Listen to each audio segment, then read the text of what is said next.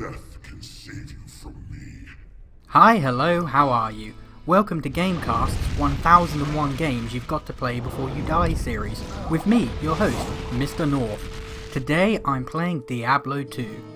Diablo 2 is an action RPG developed by Blizzard Entertainment in 2000.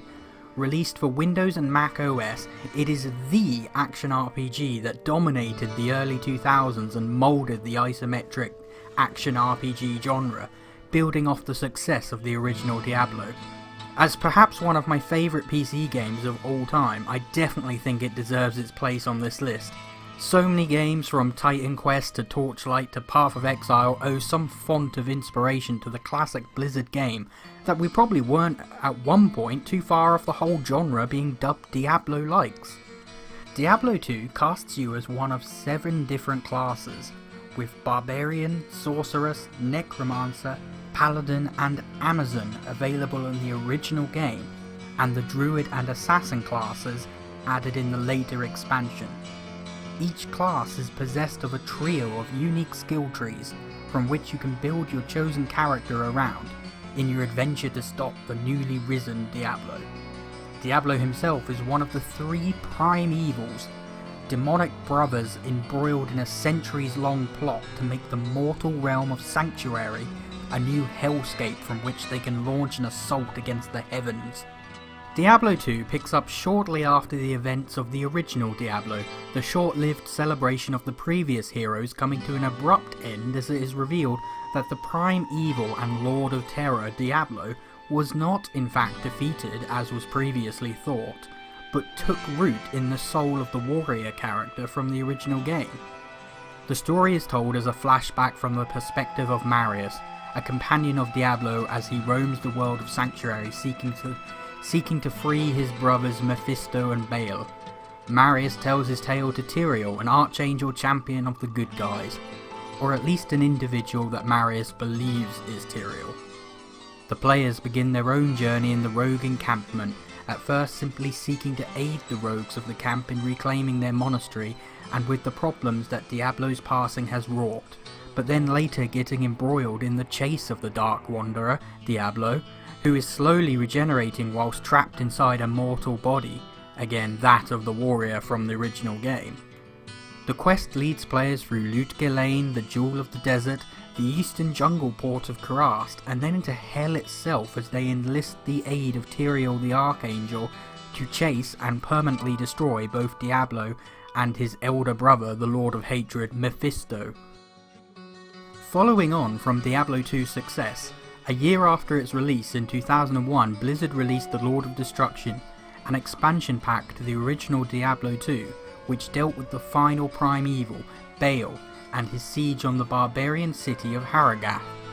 The expansion added a whole host of new systems and features to the game, as well as 2 entirely new classes, the Assassin and the Druid. It also brought resolution to the cliffhanger at the end of the standalone game that the individual speaking to Marius during his flashbacks was not Tyrael, and was in fact Baal, the Lord of Destruction and youngest of the prime evils, who had manipulated Marius into giving him the soul stone that could bind his soul. Diablo 2 always had an exceptionally active community through Blizzard's own Battle.net, but it's surprising how active the game is more than 17 years later. Blizzard offers a revamped Battle.net for playing the original game in its original form, and the community has over the years produced a number of tremendous single-player and multiplayer modifications for the game, notable examples of which are the Median Exile, Path of Diablo, and Eastern Sun modifications. All are transformative experiences, some being completely full overhauls of the original game, that revitalise the old game and bring a breath of fresh life. Well worth checking out in my opinion if you've got the nostalgia bug but concerns about how well the game holds up in this day and age. Check the description for more information on them. Speaking of, Diablo 2 Unmodded does not entirely hold up in this day and age, although I find myself willing to forgive a few flaws. Several frustrating gameplay mechanics, such as characters getting trapped on doors, creatures possessing full damage immunities, and entirely underpowered or unbalanced skills and builds tell the age of the gameplay, whereas the game resolution is still, without modifications, firmly stuck in turn of the millennium graphical quality. It is certainly circumventable or manageable, however, with modifications, and if you played the game during its heyday, you're liable to barely notice after a few minutes play. Conversely, the audio holds up remarkably well with age, feeling both awe and nostalgia inspiring at key dramatic moments in-game.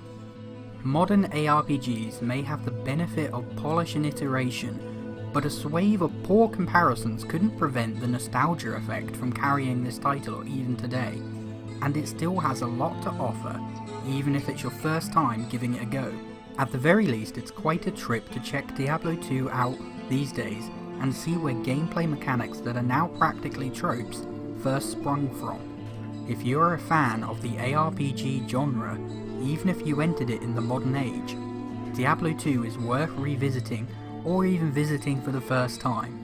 Consider it part of your continued gaming education, and do check out the modifications available for the game, included in the description below.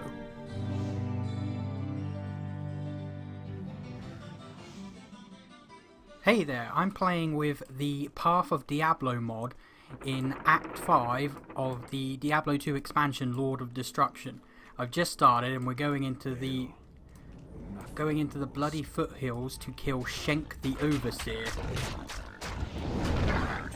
Now, if you're an eagle-eyed Diablo 2 veteran, you'll have noticed some things that prove I'm playing with modifications, such as being able to use 2 of my druid spirits at one time, and also this nifty teleport skill, which lets me jump on top of enemies and kill them in an explosion of fire. This is Flame Dash, an additional druid skill that has been added on the Elemental tab, which I am building my character around. Flame Dash is taken from the game Path of Exile, possibly, oh I missed there, possibly one of my favourite games, if not my favourite game ever, and is an awesome addition to the game. There needed to be more teleport skills because the sorceress had such an advantage on the other classes that it was pretty much common practice to use the rune word that let you use the sorceress's teleport skill. Now they've given the sorceress a different teleport skill, I believe, or they've given that rune word a different teleport skill, whilst also letting the druid have a teleport skill and the necromancer. So it's not just the sorceress getting all the fun now. And I've only been playing this build for normal so far. I think probably maybe an hour or 2 of gameplay. Alright, it's not an hour, it's definitely 2 hours. I'm not that fast. I'm quite slow compared to some veteran players anyway. And it's going really well. I did initially level up with Molten Boulder because of, I don't know whether it's a bug or whether it's just how it was designed, or whether it is just a limitation of the engine, but I can't, if you cast Molten Boulder or cast Flame Dash, they are both locked down for the cooldown duration, and before you put a bunch of points into Flame Dash, it has a hideous cooldown. The more points you put into it, and not points from items, actual skill points you put in, the more points you put in, the lower the cooldown gets. So until I got about 15 points in it, it wasn't really worth using in combat, because it would lock up my Molten Boulder skill, leaving me just with Firestorm, which is an awful skill. I have put literally no points into it. Oh, you want to play teleports, do you? Yeah, you can play at that game. Yes, so I'm enjoying the Flame Dash Druid, although it does have a horrendous mana cost. So I've had to spec into energy quite a lot, which is something I don't ever remember doing ever in vanilla Diablo 2. But almost as if you're supposed to be doing this, Flame Dash gives you a damage bonus from speccing into energy. This mod really turns up. It looks quite similar, especially compared to a bunch of the full overhaul mods you can get like Median XL and Eastern Sun, but it really, under the hood, it is quite a different game. It really mucks up your normal expectations, and I keep doing things that aren't optimal for this mod, were once a great idea in the original vanilla Diablo 2. If you haven't played Diablo 2 in a long time, or even if you never played it, you really should give it a go. It's so much fun to play. I actually stopped playing Path of Exile to come back and play Diablo 2, which is something I never thought I'd do. So I guess if Path of Exile is my favourite game, that makes Diablo 2 my favoritist game. Grammar notwithstanding. I almost didn't spec into Flame Dash after playing around with Molten Boulder for such a long while, because it plays really well. It's really fun to play Molten Boulder when the damage isn't so gimped. I mean, eagle-eyed veteran Diablo 2 players will have also immediately noticed that I was playing an elemental druid, which is not something you do in vanilla Diablo 2, because they're pants and terrible. But since adding the Path of Diablo mod, there are all sorts of skills have been rebalanced and changed.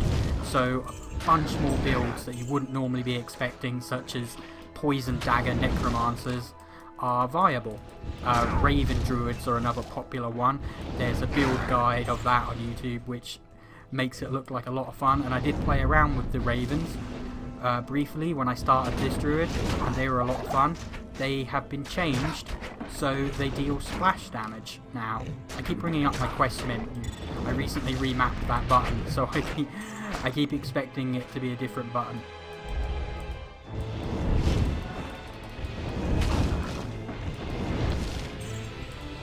I think it's been, crikey, how long has it been since I played Lord of Destruction? I mean, since I last got into Act 5, I think it's probably over 10 years at least, which is crazy because it feels like just yesterday I was in school showing all my friends this awesome new game my brother convinced me to buy, and it has been almost the UK legal drinking age of a person in time that since this game came out. Oh, look at that Flame Dash, it's brilliant. The area is just amazing. It does so much damage. It's only boss monsters, uniques and supers and champions or rares, I don't know what they're called in this, which can take the hit. Everything else just dies. I can't work out if these are hurting me or not. Am I just dodging them? It looks good. Looks all good. Now, the absolute best thing about this mod, and I know they've put a lot of work into all the balance changes and all the online architecture that's made it a delight to play, but the best thing is just the expanded inventory. This is fantastic. It was designed to stop you hoarding your inventory with charms, because only the bottom half of your inventory works for charms. If you put them in the top half, they get an extra 100 level requirement, so you can't use them. So the bottom half of your inventory is for charms, and the top half is for gear. Before I had a bunch of charms, it just meant I had a lot of space for gear, and I relished that, but the usefulness of charms is too much for me to not use them all. So, we're leveling up now. So we're getting, I'm forgetting all my hotkeys. I keep pressing the wrong things. I'm adding points to my Flame Dash, and I've just got it down to a smooth 2 seconds. I don't know what the cooldown of Molten Boulder is, so I think that's like 1 second and something. So I'm almost at the point that it's going to be faster than Molten Boulder. Problem is that it has a nasty almost 40 points of mana cost, which makes it not a lot of fun to use for extended periods. But I'm hoping once I'm a high enough level I can get some, maybe there are some items that can reduce that mana cost, or maybe I can just get some excellent mana regeneration and that will take care of it.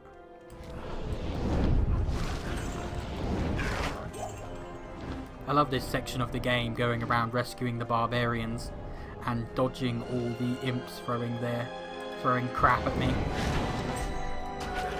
Oh, and there are portals into hell, back into little pockets of hell somewhere around here, and you can jump in and fight a bunch of demons. That's a lot of fun. I can't remember the stat distribution I'm using now. I wrote it down. I'm planning to make a build guide for this Flame Dash Druid once I take him all the way up to hell and make sure it's not completely non-viable in hell. With the path of Diablo mod, they have supposedly changed how the elemental immunities work, so you're never going to encounter a situation where a single skill or single element character can't progress. I mean, I should be alright because I have other elemental skills, or at least I'm going to by the time I get up to hell. But there's not a lot of synergy with Flame Dash anyway, so I could probably build around a secondary skill for dealing with fire immunes anyway.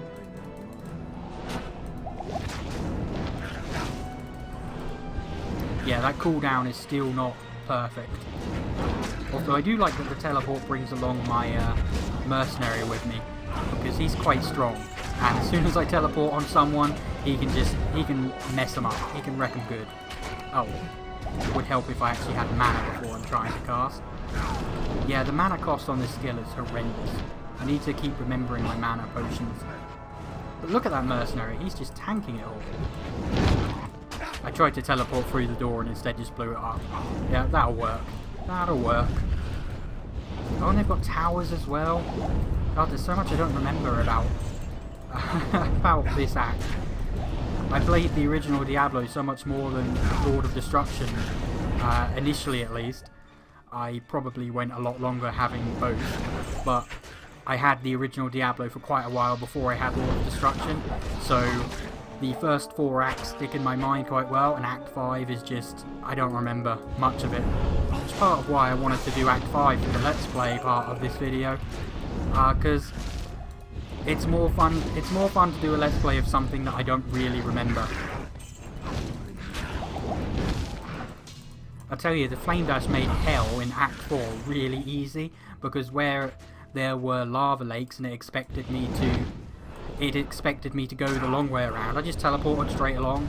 The River of Flame that takes you up to Diablo, which should have taken minutes to cross, took me seconds, just because I could teleport across all the gaps, all the little lava rivers, or the one big lava river. Boy, smashing those doors is a lot of fun.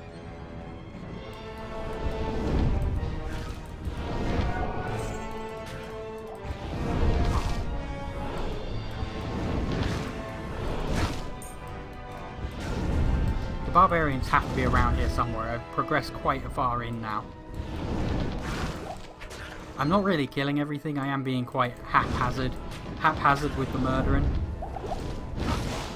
I'm probably missing quite a lot that I shouldn't be. And I should probably be grabbing more of these mana potions. It's been a little while since I played this character, so I'm a little out of whack with how I was playing before, my hotkeys and everything. Arid Plateau. Frigid Highlands is where the soldiers are hiding out, so I've gone too far. I need to head back in. When I first started playing Diablo 2 again, after playing Path of Exile for so long, one of the things that really kept tripping me up was how easy it is to miss the quests when you haven't got when you basically haven't got a pointer telling you where to go. I don't think there's a pointer in Path of Exile, come to think of it, but it's the levels are certainly designed to take you to the quest objectives, or maybe it's just become second nature to me and the levels aren't really that well designed at all.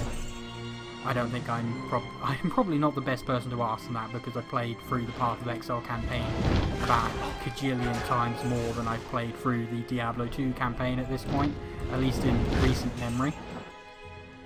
Where on earth are these soldiers? Ah, ask and ye shall receive. I'll just jump in with you guys. I think now this will let me have a barbarian henchman. That's another thing that Path of Diablo has changed. They've added more, not more mercenary options, but they've made the other mercenaries, other than the rogue archer for some reason, have auras, so you don't really feel like you're gimping yourself by not taking an Act 2 mercenary now. The Act 3 mercenaries have auras, and so do the Act 5 mercenaries. There are still no mercenaries in Act 4 though. But yeah, it certainly allows you to take a different mercenary if you fancy it. You don't feel like you're gimping yourself by not taking the Act 2 one, which is good. Choice is good. And there's a broader selection of auras to choose from now as a result. I can't wait to get this Flame Dash to another couple of levels up so I can just I can spam it all the time. Although at this point I do think it's the mana that's costing me my ability to cast it more often than not. I'm not really looking at it for how often it... Oh, mercenary leveled up with that excellent explosion display. No, there's still a bit of a cooldown there. Still takes me a little while to recast it. But certainly not as slow as it once was. I've been playing this mod on my own channel recently, and in the earliest videos where I'm mucking around with Flame Dash, it just does not want to be a useful skill. It's pretty much a teleport skill, and that's it. Some of the Druid build guides that I've read whilst getting back into Diablo 2 for Path of Diablo suggest that Flame Dash as a skill is only really useful as a teleport skill. But I've decided to build around it and see where it can take me. See if I can make something viable out of it. But yes, if you are coming back to Diablo 2 and you're worried about how old the game is, Path of Diablo is my recommendation for a mod to install to give it a go. And because Median XL and Eastern Sun, they change or add too much that you don't really get the original Diablo flavour, Path of Diablo is still very, very Diablo 2-like, so you're not really losing anything by installing it. I certainly recommend it. It's a great mod.